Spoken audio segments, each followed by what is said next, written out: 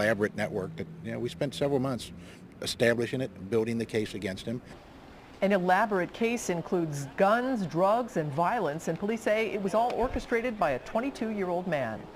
Good evening, everyone. The case against Lionell Coleman is complex. It involves homes in several different neighborhoods in 2 counties. Police say he ran his drug operation like a business, a violent kind of business.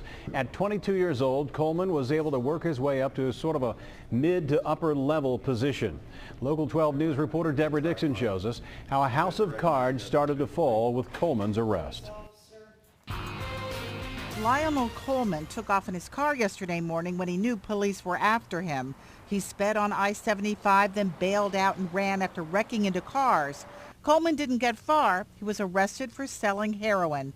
But the case is about much more than that. I also recognize that the facts of this case sound terrible, but in light of the fact that he just about always shows up for court, we would ask for a bond totaling around $150,000. More like a $422,000 bond after prosecutors told the judge about Coleman's history of violence and the 8 new charges, including trafficking and heroin. He's a mid to upper level dealer, a supplier in the community. That has a major impact not only on the drug sales, but the violence, on the quality of life, just the everyday living for the good people in the community. The trafficking part of the investigation started here in Evanston. But before Coleman's arrest yesterday, there were 3 simultaneous search warrants from Meadowood Drive in Amelia to Chalfonte Place in Avondale. One of the search warrants was here at this gated community in Carthage, where, according to court documents, is one of the places Coleman sold heroin. Also, according to documents, 2 handguns were found in the apartment.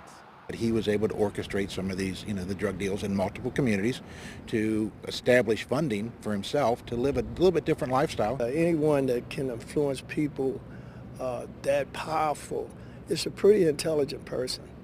Folden says Coleman probably could have been a CEO if he used his business sense in a different way. Not only is he damaging other people's life, his life is damaged. This story does not end with Coleman's arrest. He's linked to a group or gang. Captain Butler says members of the organization may soon be Coleman's cellmates.